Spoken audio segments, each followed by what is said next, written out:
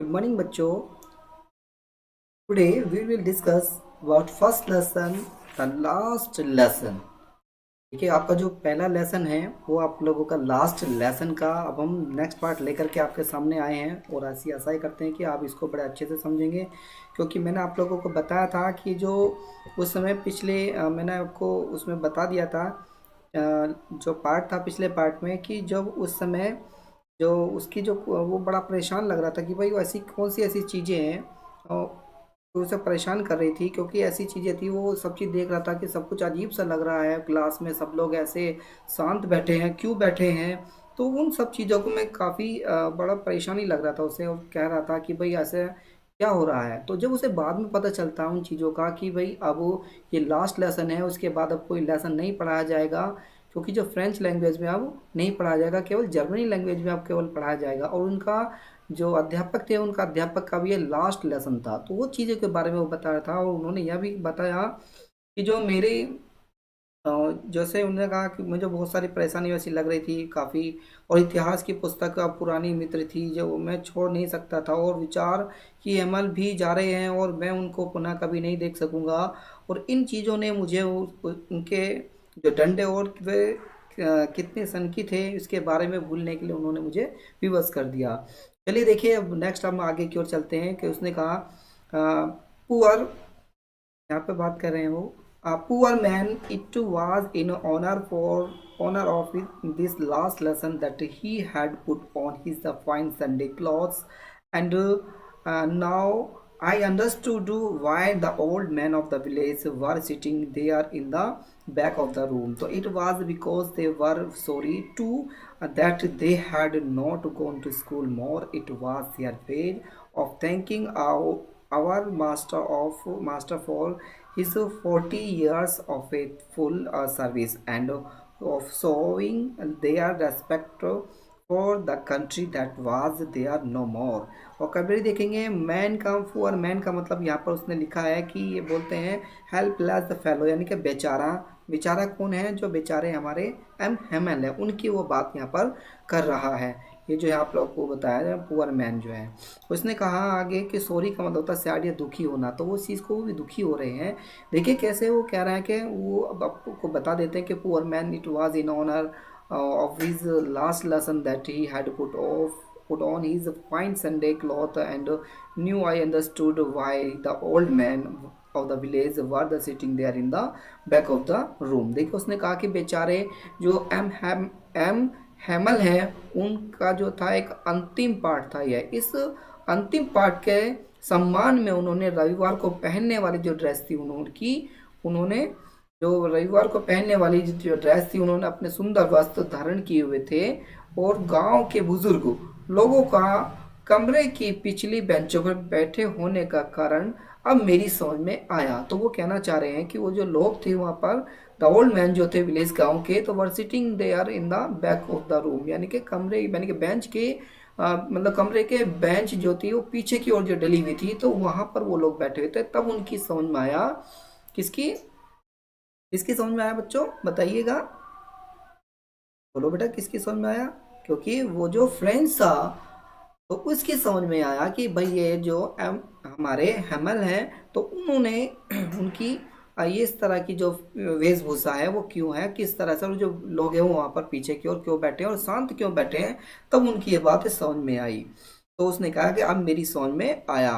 इसका कारण था, ये यहाँ पर लिखा है देखिएगा, इसने कहा it was because they were sorry, इसलिए इनका कारण था कि वो बहुत सॉरी का मतलब उन्हें खेद था, उन्हें दुख था कि टू माने भी, उन्हें भी अधिक दुख था कि that they had not gone to school more, कि उन्हें ये खेद था कि वो जो है अब स्कूल में और पढ़ नहीं सकेंगे, बस इस बात का उन्हें सबसे बड़ा दुख था। तो it was their way the thanking our master of his 40 years of the faithful service and showing their respect for the country that was theirs no more. अब उसने कहा कि केवल यह उन लोगों का हमारे शिक्षक को धन्यवाद देने का तरीका था। अब उन्होंने कहा कि केवल अब हमारा जो अध्यापक को धन्यवाद देने का एक तरीका था, तो उनकी वो जो 40 वर्ष की निष्ठावान जो उन्होंने सेवा की, मतलब उनकी उन्होंने 40 वर्ष तक कितने तक, 40 ईयर्स, यानी 40 वर्ष तक उन्होंने वो जो एक सेवा की है, तो उस सेवा का एंड शोविंग देयर रेस्पेक्ट, और जो उन्हें सम्मान प्रकट किया है, जो उन्हें सम्मान मिला है, तो उस देश के प्रति सम्मान प्रकट जो उन्होंने करने का जो अब उनका नहीं था, कि अब मैं बस अब इतना ही हमारी जो भी था मेरी जो सेवा थी वो 40 वर्षों की थी, और बस केवल यही मेरी सेवा है, अब उसके बाद और उनकी कोई सेवा नहीं थी। तो देखिए आगे क्या कहते हैं, नेक्स्ट आगे While I was thinking of all this, I heard my name, the call. It was my turn to recite what would I not have given to be able to say that dreadful rule for the participle, although very loud and clear and without one the mistakes. But I got mixed up on the first word and stood there holding on my decks, my heart beating and not daring to look up. देखिए उसने कहा vocabulary, dreadful का मतलब होता है fearful का मतलब होता है भयानक, और गुड मिक्स्ड अप का मतलब होता है इसने कहा गॉट कंफ्यूज यानी उलझन में पड़ जाना, और डेयरिंग का मतलब होता है करेजिंग का मतलब होता है साहस रखना।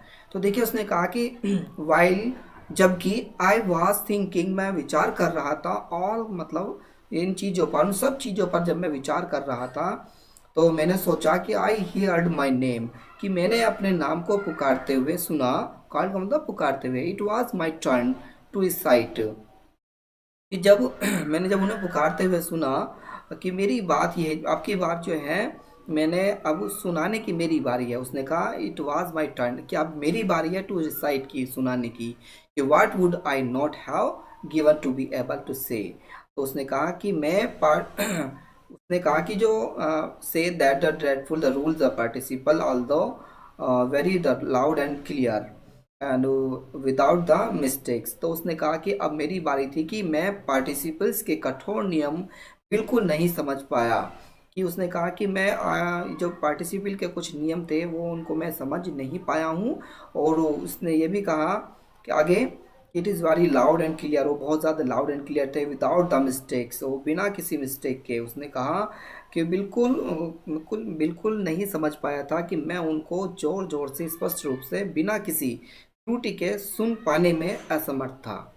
तो उसने कहा फिर आगे, बट लेकिन I got mixed up the first word and stood here they are the holding on to my the desk and my heart beating and not daring to look up. तो उसने कहा कि परंतु मैं प्रारंभिक शब्दों में ही उलझन में पड़ गया, और अपना जो डेस्क है वो कपड़े वहाँ पर पकड़े खड़ा रहा, और मेरा जो हृदय था वो धड़क रहा था, मेरा जो हृदय था वो धड़क रहा था, और मैं ऊपर देखने का साहस नहीं कर पा रहा था। क्यों? क्योंकि मैं उनकी जो बातें थी उस तरह की वो सुन पा रहा था, पर लेकिन मैं उनकी तरफ देख नहीं पा रहा था। तो मेरा जो हृदय था वो धड़क रहा था। मतलब वो कहना ये चाहता है कि बिना किसी त्रुटि के सुन पाने में असमर्थ था, परंतु मैं प्रारंभिक शब्दों में ही मैं उलझन में पड़ गया, क्योंकि जो उनके प्रारंभिक जो उन्होंने शब्द कहे थे उन प्रारंभिक शब्दों में मैं उलझ गया कि भाई वो क्या कहना चाहते हैं, कि मेरी समझ में नहीं आ रहा है। अब वो उन्होंने क्या किया, मैं अपना डेस्क पकड़े खड़ा रहा, मैं ऐसे ही स्टैंड अप हो जाता है जैसा बच्चा, तो ऐसे ही स्टैंड अप हो गए थे, और वो खड़ा रहा वहाँ पर। उसने कहा कि मेरा हृदय जो है इस प्रकार वो धड़क रहा है, और फिर भी मैं ऊपर देखने का साहस नहीं कर पा रहा हूँ, क्योंकि जो मेरे हैं वो गुरुजी हैं वो जा रहे हैं। तो इस तरह से वो इस बात को देख रहे हैं। चलिए मिलते हैं नेक्स्ट वीडियो के साथ। Thank you watching this video.